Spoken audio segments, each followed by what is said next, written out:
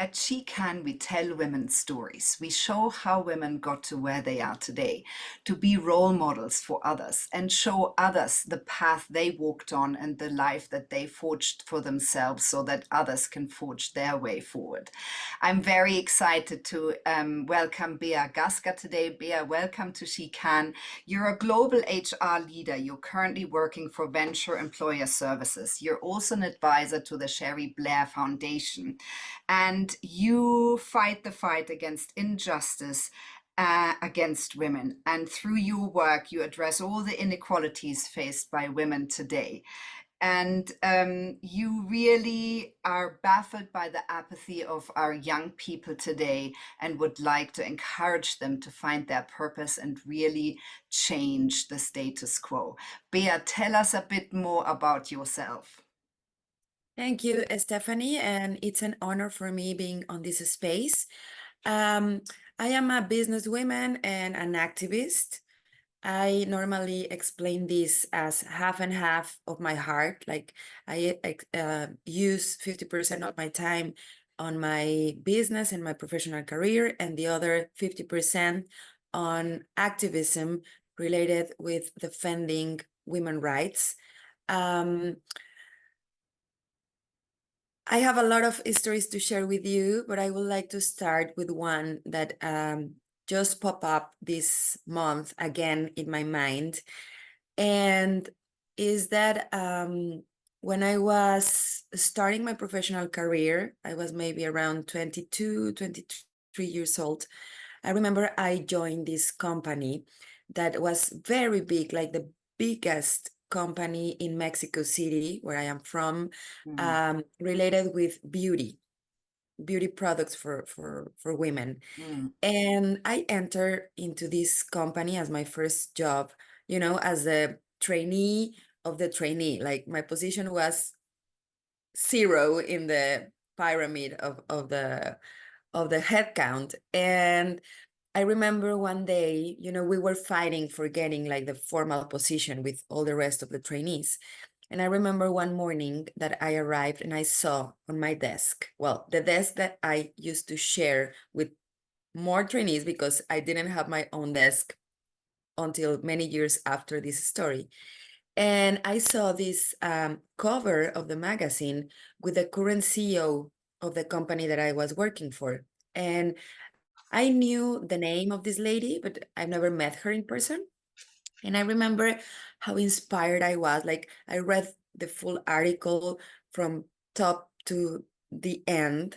And I remember that night, look myself into the mirror and promise myself that one day I will be on the cover of a magazine. And it was a business magazine. It was not a fashion magazine or nothing like mm. that, but I was always sure that I was looking to reach like these higher positions in the corporate America. Um, and I just made like this commitment to myself. Nobody else knew about this Mm. until now, maybe. Um, I look into my eyes in that mirror and I promise myself that I will be there sooner or later. And also, maybe 15 years after this commitment with myself, I got my first business cover magazine.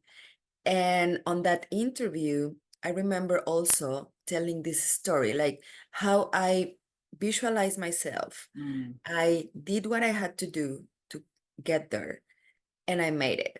So it's sometimes, Stephanie, just to start this conversation, I think it's more important how we commit and trust with ourselves Yeah. than any other tool or facility or luck or anything, because then we are going to put our effort on building that dream. Yeah. Bea, thank you for explaining that. You have an honorary doctorate in diversity and inclusion. You did a TED Talk on gender equity. Tell us a bit more about your journey on how you got to be a global HR leader and also how you got really invested into changing the status quo for women around the world. So I remember the first time I got to a true leadership position in a corporation. I was lucky enough to work for a very diverse and inclusive company where these topics were not even on the list because Mm, they just happen, you know.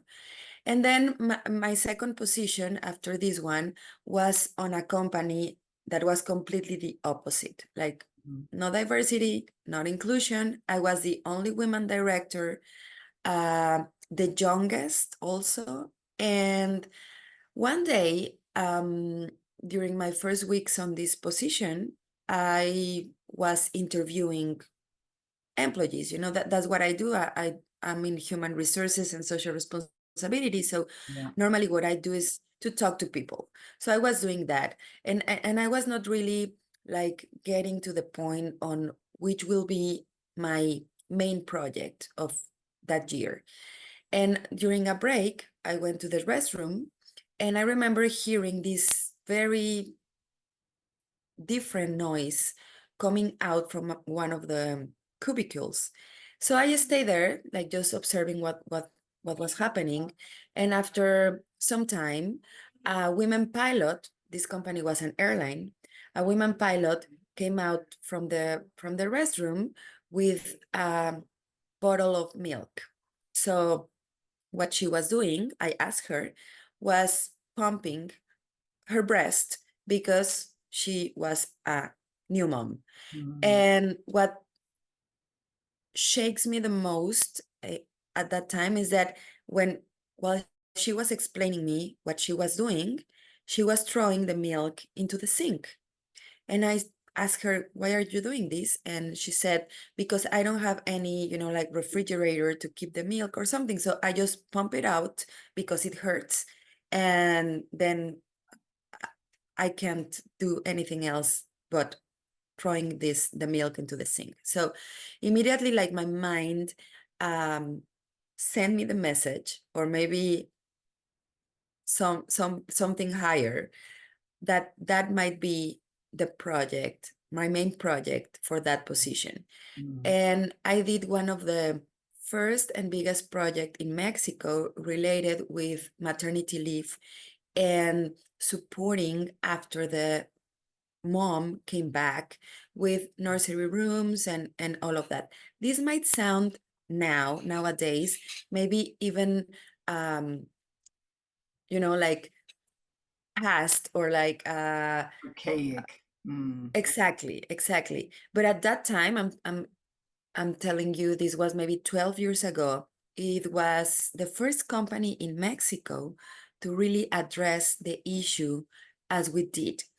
And this became a huge project that gave us a lot of recognition as a company, as a professional. Um, I was invited to many, you know, like summits and forums to speak about the project and how we did it. Because now I can tell you this in 2 minutes, but it took maybe more than that to, you know, convince the board and to get the resources and to start the campaign and to train the leaders to get them understand why this was relevant, why the women talent was so important to retain and to support, etc., etc. So after maybe then some years after this event that actually positioned my voice with some influence to talk about gender equity and all the issues that as working moms and mm, working women we have.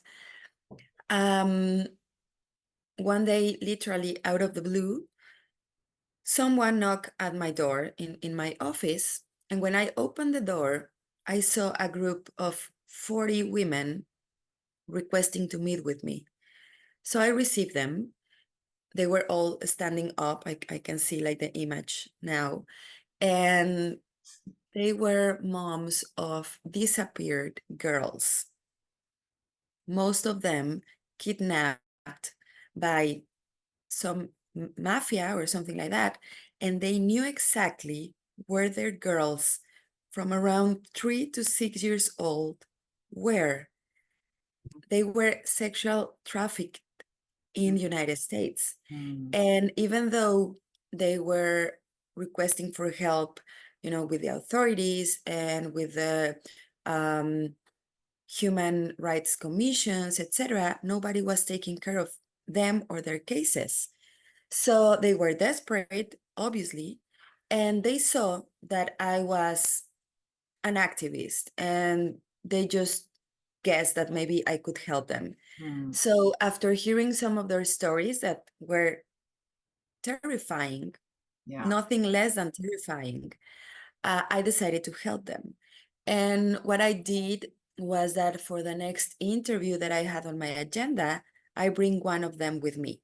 So we were exactly like this, like having an interview, talking about women, gender, etc. And I introduced my guest.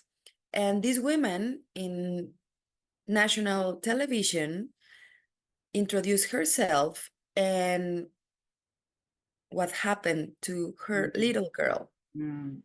So this became a big movement in Mexico after having like all these, it changed when you hear the testimony and when Yeah. you put a name and a last name to the victims or the survivors in this case. So we started to receive a lot of help and support from all the country. And even though our goal never was to attack the government or the authorities, Mm. telling the cases showed that they were not doing their job. Yeah. So what happened next? I mean, like everything was good news until this moment of the story, like we were receiving attention, support, etc. But obviously the government was not happy with this, like Outing. posing them.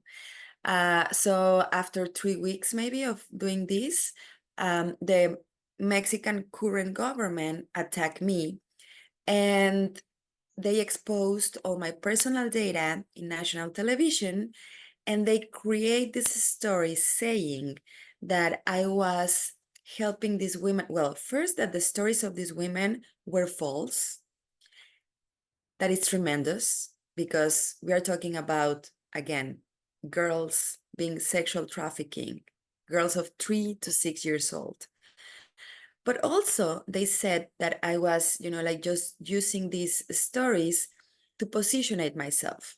I never Mm. understood how or what I will be, like receiving back from this, but that's how they manage like the whole story. So the day started with, like this Bea Gasca as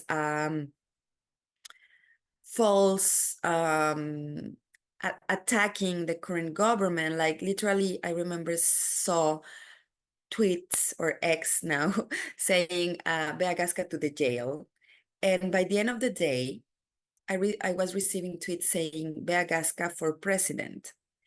What happened during those 24 hours, first of all, was that all my sisters, all my feminist sisters that knew that I was doing activism since many years before this event started to ask what was my sin, like what was I doing wrong, like if helping women was a sin in the Mexican laws. I also receive a lot of support from businessmen and women from my business entourage. And also a lot of support from all these international organizations that I support, such as Cherry Blair, her husband, and some other relevant figures in the politics, internationally speaking. So this turned around like all the history into my favor. What happened the next day is that the president of Mexico denied all the accusation. He said that he never said that when you can see the videos, and that actually he invited me to participate with him on building a better world for women and Mexican girls, etc., etc.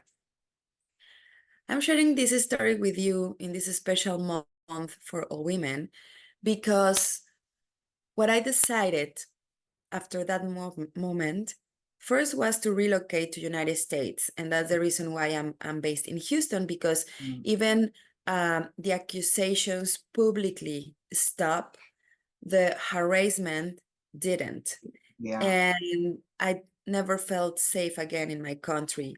Mm, But also because some of these cases of the moms finally got supported, and we rescue some of these girls, luckily only some of them, unfortunately, mm, many few, but well, at least we rescue some of them. mm, um Third, because I'm not going to change the way I think or the way I act or the way I support women, even though this was a very scary episode in my life. yeah.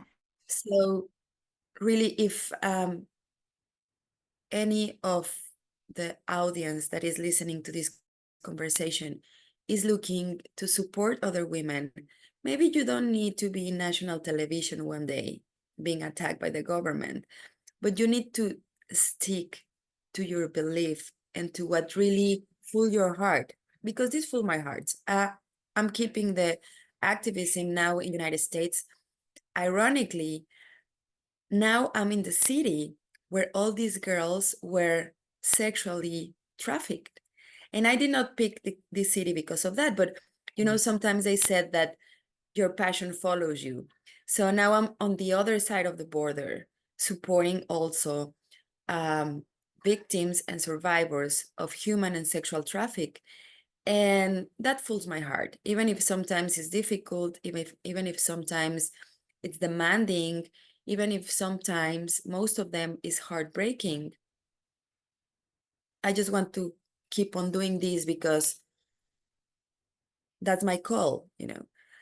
So these are just some parts of this my history, and how I am here, and how I want to share with your audience who I am and what I do, and why also there's like the bright side of all of this history, like, get to know amazing women, amazing stories, to get invited to some very special places and events, such as this one. Bea, thank you so much. You have an extremely high level of service. So I want to thank you for that in the name of all women, really. And also for your incredible, brave showing up in this world. You talk a lot about the power of storytelling, which of course we love at Chica, and that's exactly why we're doing it. Sharing our stories is the biggest tool we have to change the narrative and to change the status quo. You also talked about sex trafficking and abuse, which is really something that is rife all over the world, got worse with the pandemic and the wars and challenges we have going on in the world. So it's really important to tell these stories and what every one of us can do about it. And then I'm also very thankful for your incredible involvement in making these inequalities for women better, right? So you, every opportunity you had, you made a change and you amplified their voices so that there could be change. Bea, after all this incredible work, what is your main motivator now? You've done this now for decades. You throw yourself into all of these challenges and try to make a difference. What's your main motivator? um I think that my main motivator is to really transcend, uh, transcend as a human being, like to use our lives to um, make a difference. It can be small or big or medium, it doesn't matter. Mm, But each of us have the power to put this seed, and to see what happened. What I'm doing now, and it's really motivating me, I changed a little bit the way I was doing my activism. And now I'm doing it in a more harmonic way. So, having said this, I'm doing a concert that happens yearly, and the name of the concert is Women Palooza. Women Palooza because it's a festivity for women. So the only one allowed to be on the stage are women singers that donate their talent. And in between each singer, I put a testimony of a survivor of human or sexual traffic that is now my main focus. It's not my only focus. Like my focus is going to be on always helping women in any way I can. But I need to focus on something to keep on going. So now I'm going to focus on this, on sexual and human traffic of women and girls. So I put these testimonies in the concert with the only goal of create awareness of the issue. Yeah. Sometimes people, men, women, they just don't know about it. It's not that they don't care, it's just that they don't understand. So when you show these stories, they said, oh my God, how this is happening here around in this neighborhood? Yes, it is. So please come join us and support and speak about it and press the authorities to get their job done, etc., etc. So it's getting me really motivated because the last Women Palooza just happened on March 9th here in Houston in the downtown in a beautiful park, the Discovery Green. We had around 2,000 people joining. And I just want Women Palooza to keep on growing for the next years. It's not the first time that happened in United States. It already happened a year before that in Miami, and a year before that in Mexico City. So I'm looking to expand Women Palooza to keep on growing on different countries and to just have this message sent and embraced by different communities and backgrounds. Yeah, thank you for that, Bea. I know it's very hard for us to sit with uncomfortable situations. So I think we need to A, tell the stories, and B, we need to be comfortable in the uncomfortableness of those stories, and that is a reality in our world. Bea, so what top qualities do you think that you have that serve you every day in doing your work? My mom was very strict, and she is very strict still. And what I think the most important thing that she taught me was to being disciplined. I'm very disciplined in all the simple and complicated things. And this can always make a difference because if you are disciplined with your goals, your activities, but also your dreams, it's easier to achieve them. And discipline is not only, like to stick to the day by day activities that you need to follow, but Mm, also to being stubborn on them. I remember the first time I talked about Women Palooza. This was in 2021.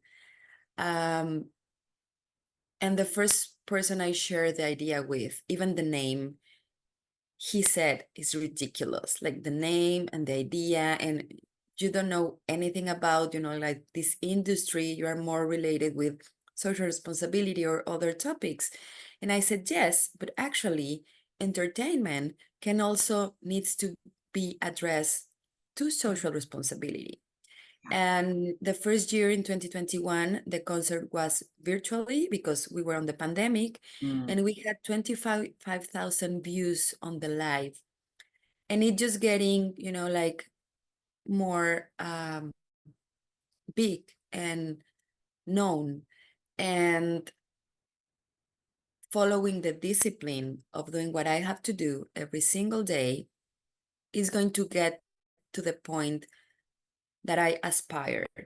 So don't take for granted the small things and the discipline, and doing your exercise, eat what you need to eat, um, close the day with your own feedback and your own conclusions, meditate, etc., etc. All of that really is putting you one step closer to Mm, reaching out your dream.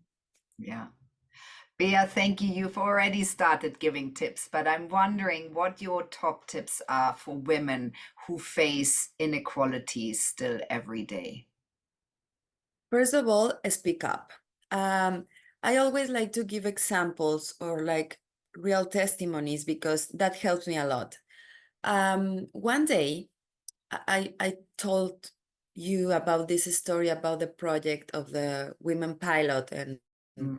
and how we put the project as a top topic in the conversation of that company. So one day after this project became really big, I was offered to being on a cover of a magazine. And the day that the cover was published, imagine like all the night I was like looking for that moment. I woke up super early, very, very early. And I went to, like the magazine shop and I bought all of the magazines with my cover on it, like maybe 20 or something. And I remember I pick up the one that was, like the shiniest and I bring it to my current boss. And very proudly, I remember entered to his office, as a peacock. And I put the magazine into his desk. And he took it on his hands. He put it back again. And he said, "Is the owner of this magazine," and he mentioned the last name of the owner, "is it still him?" And I said, "Yes, actually, I met him on an event of the airline and I told him about the project and he got super excited, etc., etc." It's important that you know that the cover of the magazine had my face, but the brand of the company, like in big shiny letters. So it was more like a publicity for the company than me. Mm. And I said, "Yes." So he's there. And he said to me, excuse my French, "Oh, Bea, he just want to fuck you." Oh my God. He turned around and he continued to answer emails. So what I did next is that I took my magazine, I went to the lift, I pushed the button to see the boss of my boss, that was the CEO, and I quit. And when the CEO, that was a little bit less misogynist than my current boss, asked me why. Like, "Bea, you are just on the cover with our brand. Like, why are you resigning today?" And I said, "Because I cannot be speaking that this is a company that cares about women when I am being treated this way. Like, I was expecting a recognition, at least a thank you. And what I received was putting on doubt my talents and the talents of my team because of how I look. And that's not fair." So I quit. And I went out. I remember like walking out of that building to never get back again. And this is important because I had two options when this guy told me this: Yeah. to love, like, and like to say, "Oh, no, of course not. Like, obviously it's not because of that." Sergio was his name. Um, and, like, seems as it was not, as it was a joke, or did what I done. And I think it's important because this guy is not going to take these comments out of his mouth without the responsibility that he needs. Because, of course, like after my resignation, a lot of consequences happened to him, to the company, to the way they speak, the language was used in the company, etc., etc. But we need to be brave and we need to have the courage to even quit a job for a bigger uh, goal, you know, or for a bigger objective. And I also remember walking out of that building asking myself what I just did, like how I'm going to pay the rent, how I'm going to pay the new car, you know, et cetera, et cetera. That same day, by the end of the day, I had several job offers for new projects, bigger projects, more accurate projects, et cetera, et cetera. So really just follow your gut, you know, like if you are feeling uncomfortable, you need to speak up. You need to demand the respect that you deserve, nothing less. Bea, this is such a powerful story. Thank you for telling it because it really shows others how to set boundaries, how to go with what is right for you, and how you show others that this is possible. You know, you can set those boundaries and you can stick with who you are. Bea, so what are you most proud of to date of all those things that you've achieved? What makes me prouder is the victims that I helped to save. And I might say, or you might think that I'm going to say that there are hundreds. Unfortunately, not. Like the women that I've really helped and supported might be 8, 9 that are still alive, that I helped to escape from domestic violence, sexual trafficking, human trafficking, or maybe only from a bad boss, you know. But all of them are now close friends to me. Mm, And I'm very proud of that because that is the sisterhood that we need to build if we really want to change the world in favor of women. We need to commit with them and we need to help them as they were our daughters or our sisters or our close friends. Um, all of these stories, when they reach out to me, they were completely strangers in my yeah. life. And now they are closer than ever. And that's the reason why I keep on doing this. Not for the covers or the interviews or the recognitions or the nothing of that. It's really worth it. But what is worth it is to have these women now, seeing them growing, seeing them free, seeing them building a new life. And that is worth it. Yeah, thank you for saying that. Human connection, human potential is more important than anything else. Bea, so what are your goals, your plans, your dreams for your future? Um, I think I'm going to stay in this beautiful country that is United States. I've been here for 2 years now, and I'm on the path to becoming a citizen. And now that I'm here, like my expectations just get higher. Like I've been living in different countries, not only in Mexico, but United States is so big and Mm, it's true the American dream. Like you just get inspired. I feel like a little girl on a grocery store, you know. So I'm not sure, to be honest. I'm not sure where I'm heading in the future. I just know that I want to reach higher positions, higher peaks in order to help more women, because the idea of reaching higher levels is that my voice and my message can also reach more people and to convince more people to join feminism. So I'll let you know whenever I'm on that discovery too. I'm going to keep on doing what I'm doing now. I'm not changing that at all. But maybe I would like to connect higher, just to keep the conversation on the tables that it needs to be addressed. Yeah.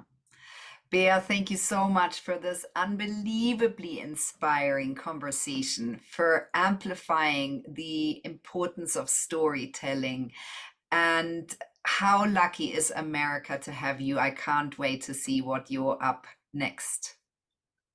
Thank you very much. And thank you for all that you do also, and for these spaces. Open the conversation. It's very, very important for women around the world.